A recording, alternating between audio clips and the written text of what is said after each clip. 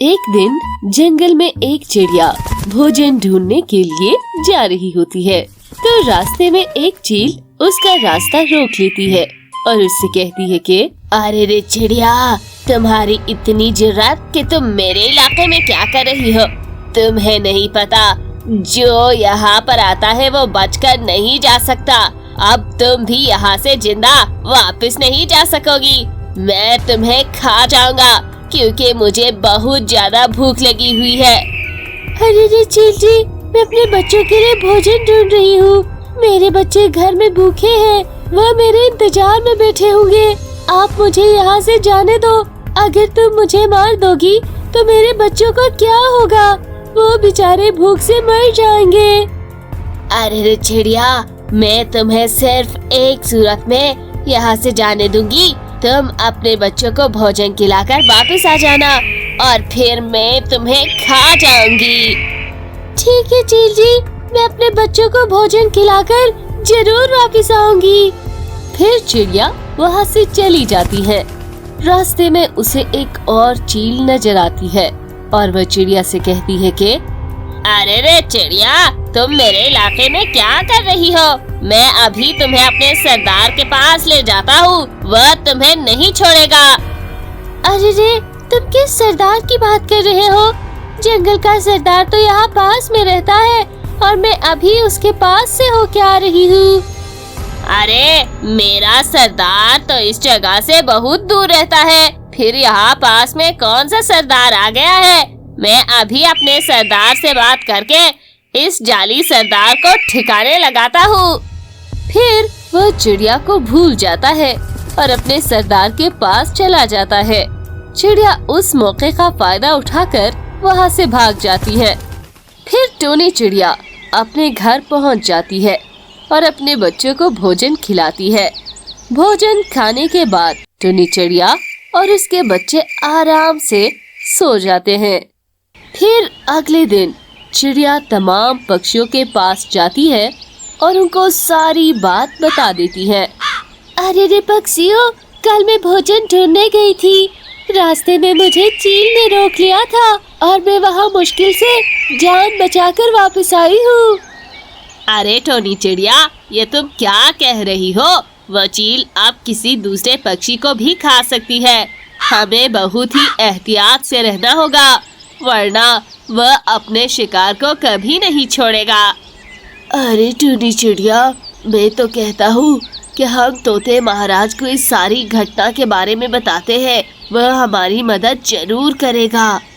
हाँ कबूतर भाई, तुम्हारी बात बिल्कुल ठीक है। हमें तोते महाराज के पास चलना चाहिए, वह इन खतरनाक चीलों के बारे में जरूर हमारी मदद करेगा। फिर वह सब पक्षी तोते महाराज के पास चले जाते हैं और उनको सारी बात बता देते हैं।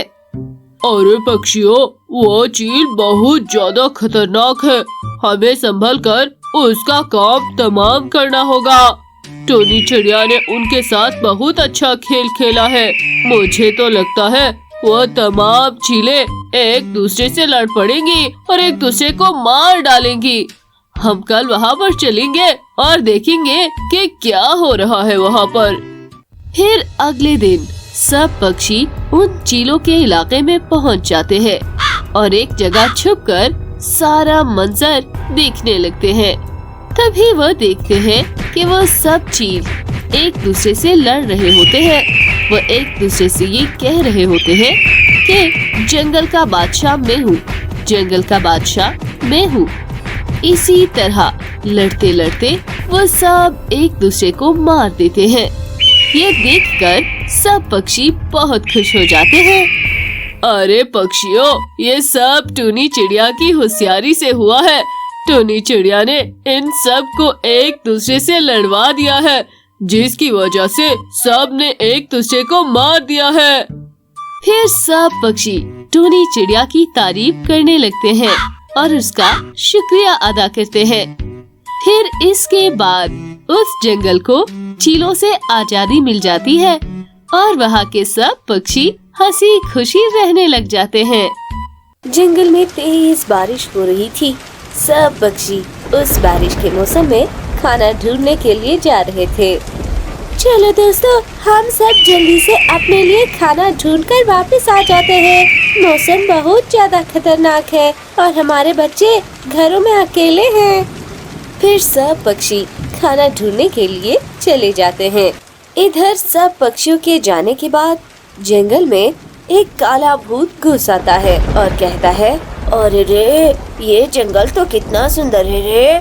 जंगल में बहुत सारे पक्षी भी होंगे। चलो फिर शिकार की तलाश शुरू करते हैं। ठंडे ठंडे बारिश के मौसम में भूख भी बहुत ज्यादा लग रही है। फिर वो भूत जंगल में पक्षियों के घरों को ढूंढता है और उनके बच्चे खा जाता है और फिर वह वहाँ से गायब हो जाता है। कुछ समय बाद जब पक्षी वापस आते हैं तो उनके बच्चे गायब होते हैं और उनके जिस्म पर उन्हें दिखाई देते हैं। यह देखकर वह बहुत रोने लग जाते हैं। टुनी चिड़िया के बच्चे सही सलामत उसके घर में मौजूद थे। उसने अपने बच्चों को सिखाया हुआ था कि उसकी इजाजत के बगैर किसी को भी घर में न आने देना चाहिए। सब पक्षी बहुत ज्यादा डरे हुए थे कि किसने उनके बच्चों को खाया है। फिर अगले दिन चिड़िया जब भोजन ढूंढने के लिए जाने लगती है तो वह अपने बच्चों से कहती है, मेरे बच्चों, मैं तुम्हारे लिए भोजन ढूंढने के लिए जा रही हूँ। बस तुम दरवाजा बंद रखना और कोई भी आए तुम दरवाजा ना खोलना, क्योंकि आजकल बहुत सारे जंगली जानवर यहाँ पर आए हुए हैं। फिर उसके बाद टुनी चिड़िया भोजन को ढूंढने के लिए चली जाती है। रास्ते में बारिश हो जाती है और चिड़िया एक दरख्त के नीचे बैठ जाती है। टुनी चिड़िया वहीं पर बैठी होती है कि वहाँ पर काला भूत आ जाता है। अरे टुनी चिड़िया, तुम इस तेज बारिश में कहाँ जा रही हो? तुम्हें नहीं पता इस खतरनाक मौसम में मुझ जैसे खतरनाक भूत फिर रहे होते हैं। भूत भाई, मैं इस बारिश के मौसम में अपने बच्चों के लिए भोजन ढूंढने जा रही हूँ। प्लीज मुझे जाने दो, मेरे बच्चे बहुत भूखे होंगे। अरे वाह टुनी चिड़िया, तुम्हारे बच्चे भी है, ये तो बहुत अच्छी बात है। मुझे छोटे बच्चों का मांस बहुत पसंद है, मैं उनसे अपनी भूख मिटाता हूँ। फिर वह भूत टुनी चिड़िया को दरख्त से बांध देता है और फिर टुनी चिड़िया के बच्चे खाने के लिए चला जाता है। अरे भूत, मुझे खा जाओ, लेकिन मेरे बच्चों को कुछ न कहना, वह बहुत छोटे हैं अभी। टुनी चिड़िया रोने लग जाती है, लेकिन वह भूत वहाँ से चला जाता है। ऐसे ही थोड़ी देर के बाद वहाँ पर नीलो चिड़िया आ जाती है और वह टुनी चिड़िया से कहती है कि अरे टुनी चिड़िया, तुम परेशान मत हो, हम अच्छे से इस भूत को सबक सिखाएंगे। फिर वह नीलो चिड़िया उस टुनी चिड़िया को खोल देती है।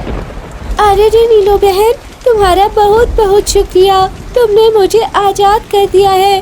अब जल्दी से चलते हैं, मेरे बच्चों की जान खतरे में है। अरे नहीं टुनी बहन, वह भूत बहुत ज्यादा ताकतवर है, हम उसका मुकाबला नहीं कर सकते। मेरे पास एक तरकीब है, हम चील बादशाह के पास जाते हैं, वो इस जंगल का बादशाह है, वे जरूर हमारी मदद करेगा। उधर टोनी चिड़िया के बच्चे बहुत भूखे होते हैं क्योंकि उनकी माँ अभी तक उनके लिए खाना लेकर नहीं आई थी। वह बहुत परेशान होते हैं कि अब क्या करें। तभी उनके घर के बाहर वो भूत आ जाता है और आवाज लगाकर उनसे कहता है, बच्चों जल्दी से दरवाजा खोलो, तुम्हारी मामा ने मुझे खाना देने के लिए यहीं पर भेजा है और वह किसी दूसरे काम पर चली गई है। तुम दरवाजा खोलकर अपना खाना ले लो। लेकिन टुनी चिड़िया के बच्चे दरवाजा नहीं खोलते। तभी भूत को बहुत गुस्सा आ जाता है और वह कहता है, अरे दरवाजा खोलो वरना मैं ये दरवाजा तोड़ दूंगा। काला भूत दरवाजा तोड़ने ही वाला होता है कि वहाँ पर चील राजा के सिपाही आ जाते हैं और उसको हर तरफ से घेर लेते हैं। यह देखकर भूत बहुत डर जाता है और वहाँ से भागने की कोशिश करता है, लेकिन सिपाही उस भूत को पकड़ लेते हैं और चील राजा के पास ले जाते हैं। तुमने जंगल के पक्षियों पर बहुत जुल्म किया है, इसलिए तुम्हें सारी उम्र कैद में रखा जाएगा और दोबारा कभी आजाद नहीं किया जाएगा। चील राजा, मुझे माफ कर दो, मुझसे गलती हो गई है। मैं आइंदा ऐसा नहीं करूँगा। मैं यहाँ से दूर चला जाऊंगा। लेकिन चील राजा के सिपाही उसकी कोई बात नहीं मानते और उसे उस जेल में हमेशा के लिए कैद कर लेते हैं और यूं सारे पक्षी वापस खुशी खुशी रहने लग जाते हैं।